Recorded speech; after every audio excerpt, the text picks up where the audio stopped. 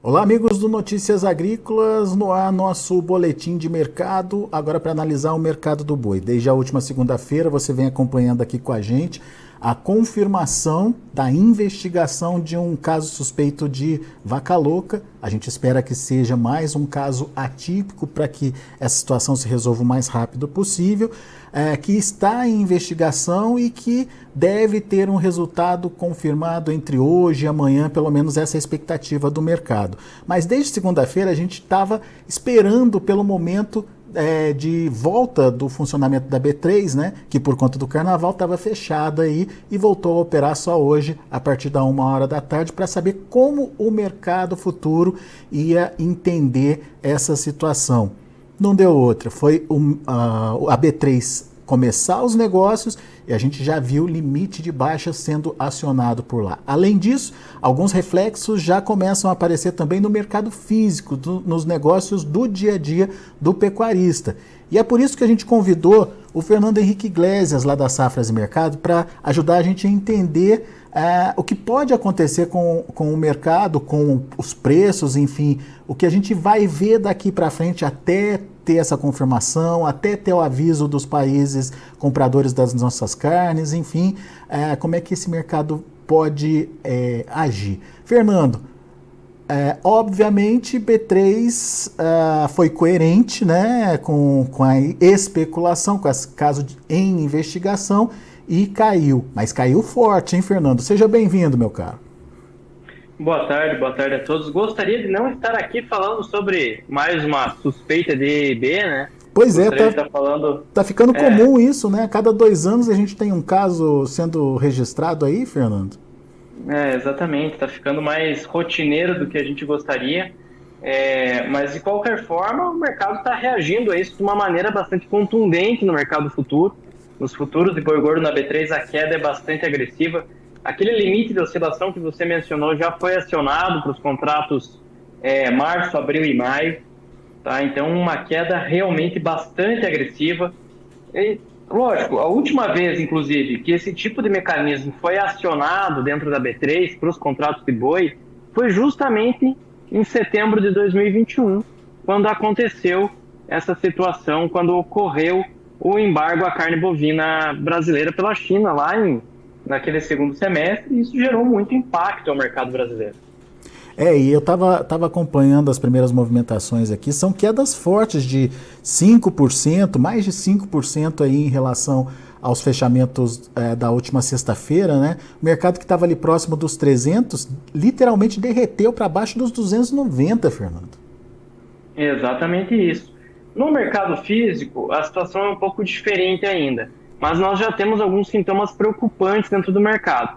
Primeiro, não teve preço. As indústrias não abriram preço na compra de gado hoje, não teve indicações, não teve nenhuma sinalização por parte deles. Então isso já é um sintoma preocupante. O segundo aspecto que nos preocupa, que nos gera preocupação, é que algumas indústrias já sinalizam para suspensão de abates, para aguardar essa chegada do resultado do laudo técnico. Então, está complicado. É um cenário já difícil dentro do nosso mercado. Agora, vamos entender, Fernando, o que tem de diferente, ou o que pode acontecer de diferente em relação a esse caso atípico. Ano retrasado, em 2021, a gente teve a mesma situação, a gente teve a confirmação de um caso atípico, mas a gente teve uma China levando mais de 100 dias aí para retomar as exportações. E em 2009, se eu não me engano, esse tempo, né, de China fora do mercado foi muito menor. Se eu não me engano, me corrija se eu estiver errado, algo em torno de 20 dias, 20 e poucos dias aí. O que tem de diferente esse ano? Será que a gente pode ter 20 dias ou será que a gente pode ter mais de 100 dias? Dá para saber, Fernando? Aí que tá. A grande questão é essa. O Brasil tem no acordo comercial que foi firmado com a China, não só para carne bovina, para outras proteínas também. Em caso de algum problema sanitário, no caso específico da carne bovina, acontece essa suspensão automática quando há casos atípicos ou típicos de EB. O Brasil voluntariamente deixa de exportar carne bovina com destino ao mercado chinês. Quando isso acontece? Quando esse tipo de situação, quando esse tipo de ocorrência é registrado. Então, basicamente, quem vai decidir quando essas exportações serão retomadas é a China. É a China que determina. Naquela ocasião durou 100 dias. Foi um embargo extremamente longo, foi penoso para o mercado brasileiro. Todos nós lembramos do que aconteceu, né? Foram aí um período em que a indústria teve que ajustar a capacidade de abate, teve que aumentar a ociosidade média para conseguir se ajustar a esse ambiente em que a China não estaria mais presente no mercado e não esteve comprando carne do Brasil por 100 dias e gerou um grande impacto dentro do mercado brasileiro. Em 2023, temos algumas questões diferentes. A primeira delas é que a China vai ter que concentrar compras aqui no mercado brasileiro este ano em função da situação dos nossos concorrentes. Tá? Estados Unidos, União Europeia, Argentina e Uruguai estão com problemas em seus rebanhos. Então, tudo isso nos leva a crer que por essa necessidade de compra, mais do que questões políticas e assim por diante, essa necessidade de compra pode levar esse embargo a ser menor na comparação do que aconteceu lá em 2021. Então pode ser um período menos traumático para o setor aqui no Brasil em relação ao que aconteceu no segundo quadrimestre de 2021. Vamos só lembrar a importância da China nas nossas exportações. Você estava me contando que agora em janeiro ela teve uma participação fundamental aí nas exportações, né, Fernando? Já de um longo período, né? Ano passado, das vendas que o Brasil fez para a China o ano inteiro, representaram aí 54% das vendas brasileiras, e em janeiro foi 57% de tudo que o Brasil vendeu de carne bovina foi destinado ao mercado chinês. E além disso, a China tem uma característica diferente de outros mercados. Além de comprar grandes volumes, além de importar grandes volumes de carne bovina, ela paga preços relativamente altos. Então ela também tem um impacto muito grande na formação de receitas aqui das exportações brasileiras. Além de comprar muito, ela paga um pouquinho a mais na comparação com a média dos nossos outros importadores. Então, realmente é um mercado fundamental hoje. Aquelas negociações que nós vimos na semana passada, que estavam acontecendo em até R$300 por arroba, só foram possíveis, que estavam envolvendo animais padrão China nesse tipo de negócio. Então, o mercado chinês é um mercado fundamental aqui para a bovinocultura de corte aqui no Brasil, para o setor carnes brasileiro, e esse tipo de situação realmente gera transtornos muito grandes, seja para a indústria, seja para o pecuarista. E daí, é um cenário realmente muito difícil. E daí, nesse quesito, tem um outro problema que é não só o de deixar de fornecer carne e inundar o mercado interno com essa carne, mas também de abrir a oportunidade dos chineses negociarem esse preço no mercado internacional, né, Fernando? Exatamente isso. Nós já tivemos uma série de momentos nos últimos 3 anos, desde que segundo semestre de 2019, em que a China começou a importar volumes impressionantes de carne bovina brasileira, que o importador chinês teve muita proatividade na renegociação desses contratos. Tivemos momentos ano passado, por exemplo, em que frigoríficos brasileiros foram impossibilitados de vender para a China em função da presença da proteína de Covid-19 nas embalagens.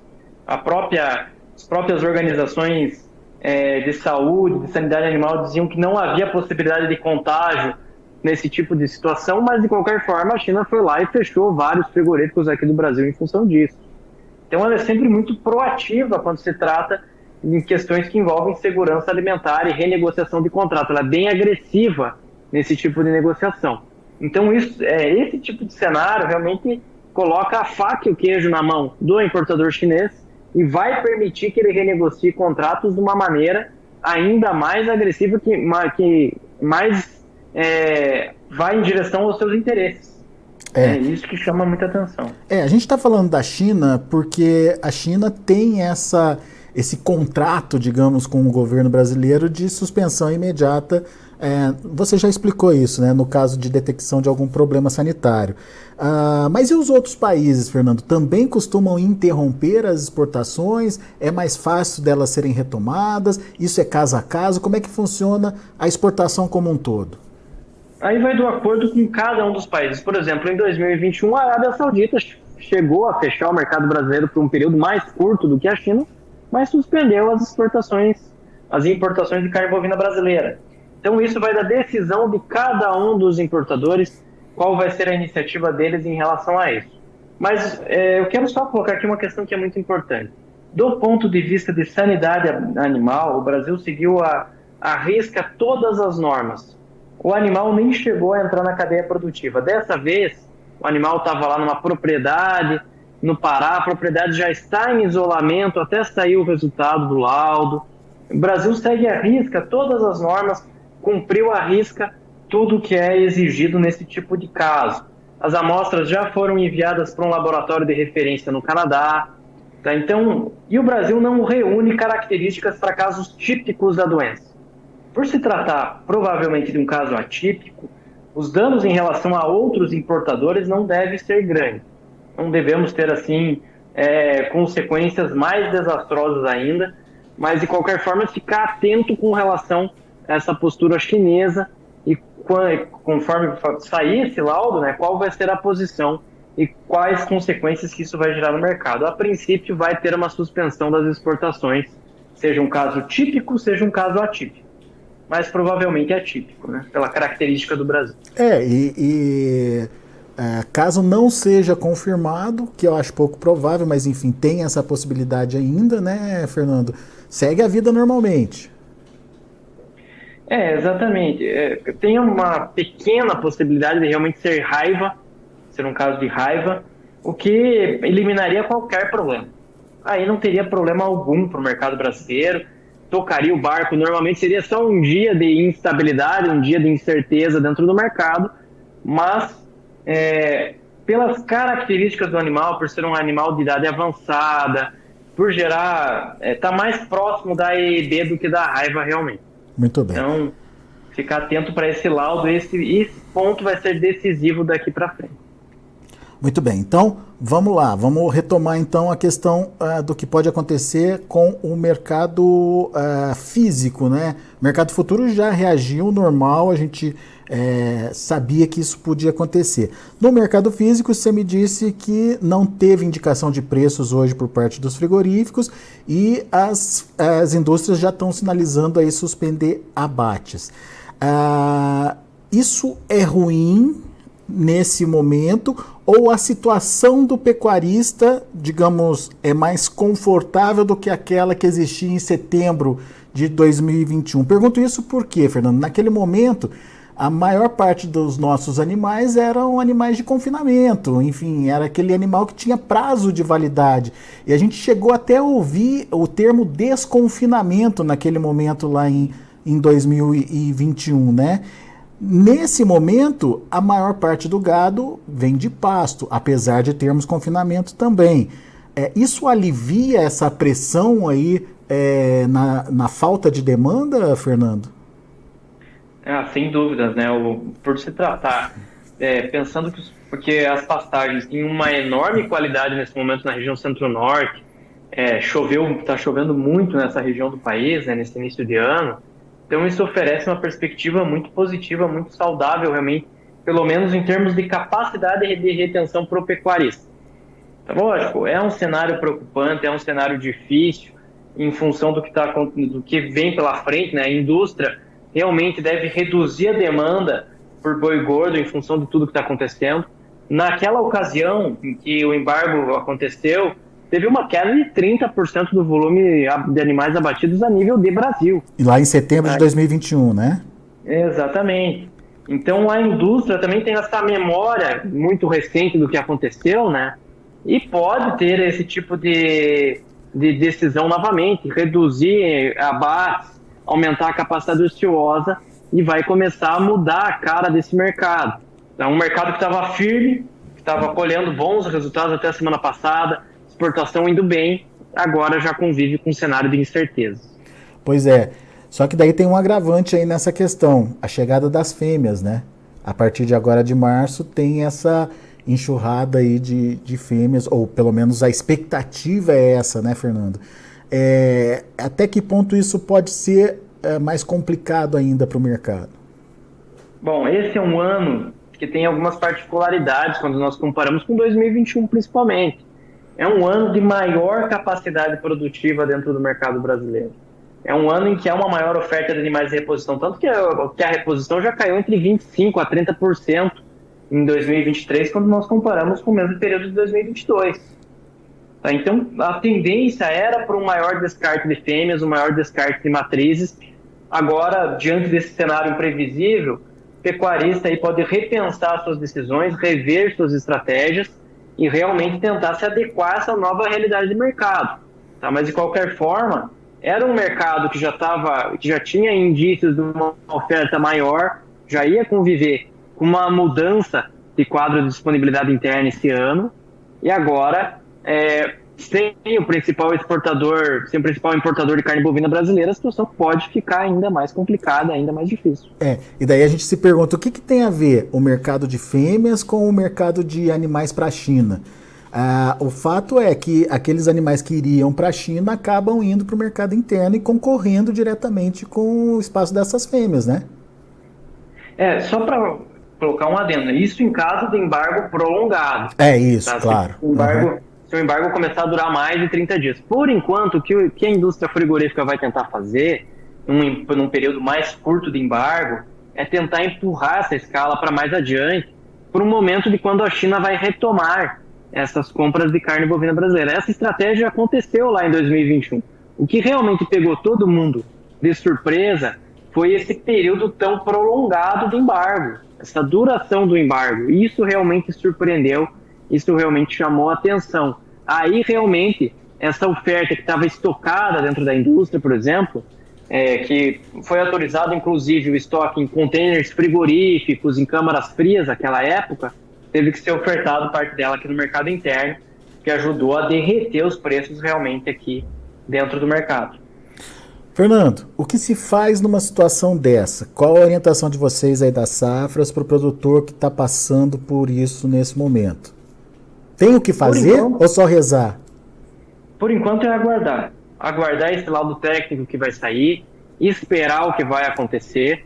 Tá? É um momento difícil, um momento atípico, mas agora é realmente esperar por fatos novos, esperar o que vem de confirmação ou não sobre o caso. Lógico, se for atípico, é um pouco mais tranquilo para o Brasil resolver, vai ter problemas, mas de qualquer forma é um cenário mais de maior tranquilidade. Agora, se for um caso típico, aí o problema é muito maior, teremos consequências gravíssimas com relação a isso, mas para nossa sorte o Brasil não reúne as características necessárias para casos típicos de EB.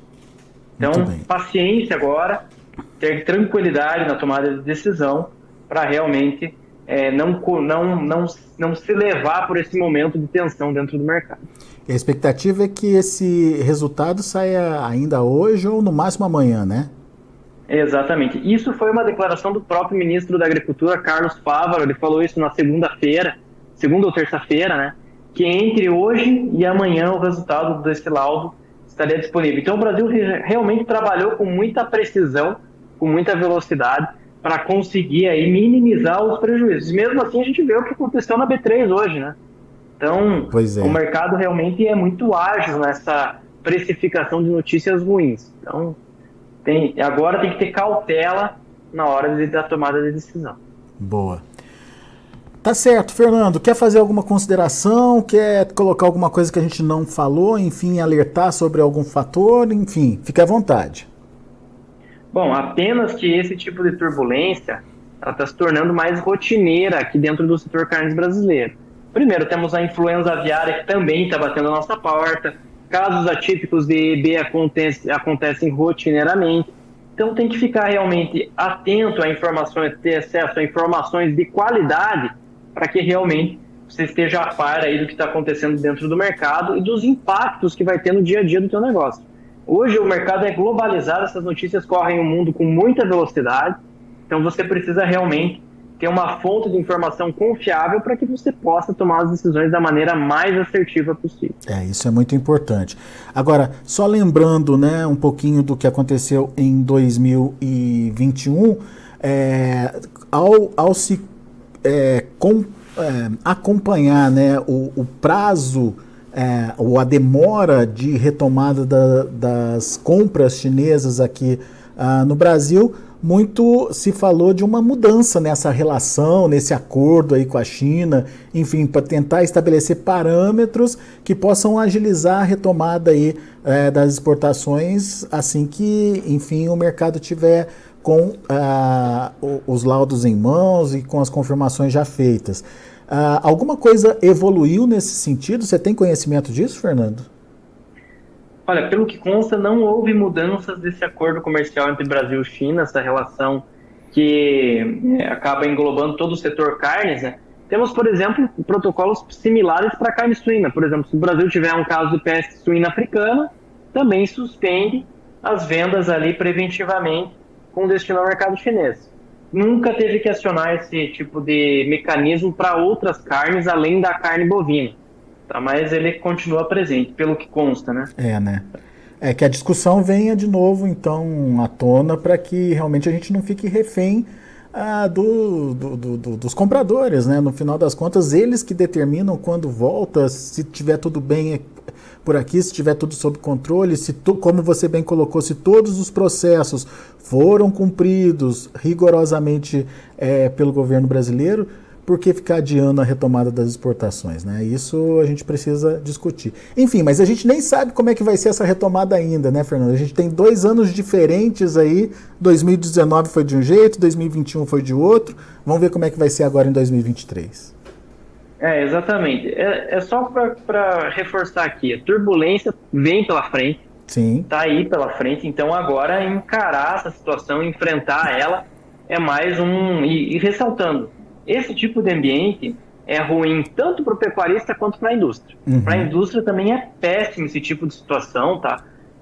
Vai acabar gerando prejuízos na bolsa, vai acabar gerando prejuízos em termos de exportação, resultado financeiro. Então é ruim para todo mundo, não tem ninguém que se beneficie dessa situação de uma maneira ampla em casos desse tipo. Muito bem. Fernando, por enquanto, obrigado. A gente vai seguir monitorando essa situação. Qualquer novidade, avisa a gente aqui. Eu que agradeço, é um prazer participar, né? Espero que da próxima vez com uma situação menos complicada pela frente. Até a próxima. O Fernando estava lá antenado. Domingo à noite, domingo de carnaval, ele me manda... carnaval que a gente achou que ia ser tranquilo, tá aí com uma suspeita de vaca louca aí, né, Fernando? Daí, a partir desse momento, a gente começou a entender, começou a verificar o que estava acontecendo com o mercado e, de fato, na segunda-feira, o mapa confirmou que existia, sim, esse caso em investigação. Então, obrigado por ser parceiro aí, tá sempre trazendo as notícias aí pra gente em primeira mão, viu? Contem com a minha presença sempre. Até a próxima. Valeu, abraço. Tá aí Fernando Henrique Iglesias, Safras e Mercado, aqui com a gente no Notícias Agrícolas. Bom, vamos ver como estão os preços lá na B3 então, vamos dar uma olhadinha como é que o mercado está atuando nesse momento. Olha só, mercado derretendo literalmente. Fevereiro, que já está saindo do radar, 291,25, perdendo 3,46%, não tem muito o que mexer com fevereiro. Mas março, R$ 289,05, perdeu aí, vocês se lembram, na sexta-feira estava acima dos 300, ou próximo dos 300 aí, queda de 5,5%, 5,57% de queda. Abril, 286,35%, queda de 5,34%, e o maio também derretendo, já perdeu o patamar, na verdade não, está ali na casa dos 280, mas deve perder esse patamar de maneira rápida também, R$ 280,50, uma queda de 5,14%. O indicador CPEA, esse dado é da última sexta-feira, foi quando o CPEA divulgou o último indicador, 294,60, portanto, antes ainda dessa questão da vaca louca, 2,76% de queda. Vamos ver como que o indicador vem no dia de hoje, muito provavelmente repercutindo essa frieza do mercado físico, frieza no sentido de falta de negócios, falta de preços, enfim, falta de indicação aí por parte dos frigoríficos que vem sendo apresentada aí nessa volta do carnaval. Vamos acompanhar. Agradeço muito a sua atenção, a sua audiência. Daqui a pouquinho a gente volta com outras informações e mais destaques. Continue com a gente.